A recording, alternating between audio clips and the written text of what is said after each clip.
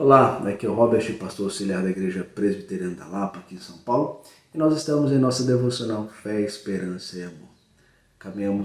Estamos caminhando juntos com o Tiago, no capítulo 1. Agora eu quero ler com vocês os versículos de 19 a 21. Sabeis estas coisas, meus amados irmãos. Todo homem, pois, seja pronto para ouvir, tardio para falar, tardio para se irar, porque a ira do homem não produz a justiça de Deus. Portanto, despojando-vos de toda impureza e acúmulo de maldade, acolhei com mansidão a palavra em vós implantada, a qual é poderosa para salvar a vossa alma. Tiago tem um ensino muito claro aqui para nós. Versículo 18, ele diz que nós somos gerados pela palavra de Deus. Agora, nós precisamos praticar. Nós somos gerados pelo Evangelho. Agora nós precisamos viver o Evangelho. E ele vai trazer aqui para nós algo que deve fazer parte da nossa vida cristã, que é despojar da velha natureza e se revestir da nova, a qual nós somos eleitos por Deus. Paulo vai ensinar isso também em Colossenses capítulo 3. Ele vai falar aqui no versículo 21. E ele começa trazendo para nós um exemplo daquilo que é parte da velha natureza e não dessa nova vida que temos através do Evangelho que nos gerou. Ele vai dar o exemplo aqui da ira.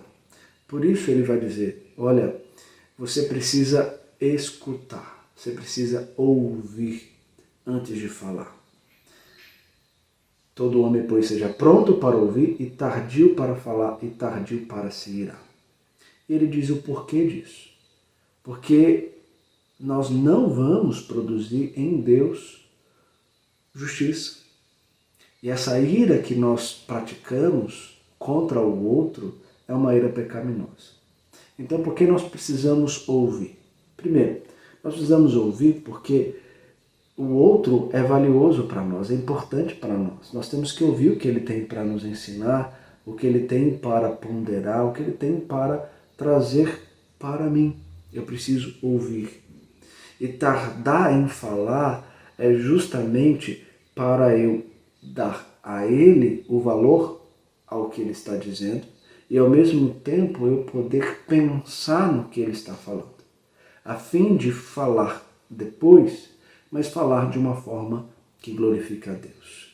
A Escritura nos ensina que nós precisamos ter a nossa palavra temperada com sal. Paulo em Colossenses. Aqui no capítulo 3, Tiago vai dar uma ênfase muito grande a respeito desse órgão que é a língua, um pequeno que traz grande estrago. E ele vai dar uma ênfase para dizer, olha, temos que tomar cuidado com aquilo que nós falamos, com aquilo que nós proferimos. E é isso que ele quer trazer como exemplo, porque muitas vezes nós queremos falar. Não importa o que o outro diz, importa aquilo que eu digo, o que eu penso. E muitas vezes, agindo assim, eu vou fazer coisas que não agradam a Deus. Vou machucar o outro, como a ira. Por exemplo, nós estamos vivendo num tempo de pandemia em que toda a família está se reinventando dentro de casa. Os filhos nas suas aulas, os pais no home office, a demanda da casa, a demanda dos filhos, a cobrança de todos os lados. Isso traz para nós um fardo muito pesado. Então, o Tiago está dizendo, olha, não faça assim. Ouça.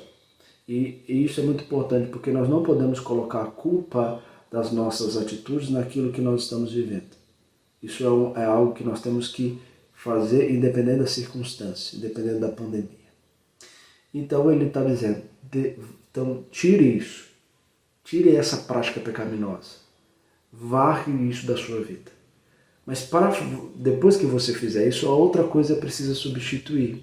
E ele traz então a mansidão. Então ele vai dizer no versículo 21. Despojando-vos de toda impureza como de maldade, acolhei. É um imperativo. Coloque no lugar daquilo que você tirou. E ele vai, como ele deu o exemplo da ira, ele vai falar da mansidão.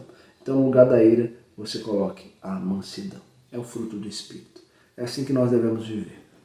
De fato não é fácil, a caminhada é difícil, não é simples você deixar um hábito para colocar outro no lugar, mas a vida cristã, vivida diante da prática desse evangelho que nos gerou, que nos transformou, deve ser assim. Por isso eu te convido a lutar contra o pecado, a lutar contra essas práticas que não agradam a Deus, para de fato fazer aquilo que o glorifica. Essa é a minha palavra para você. Que Deus te abençoe neste dia. Um grande abraço a você e toda a sua família.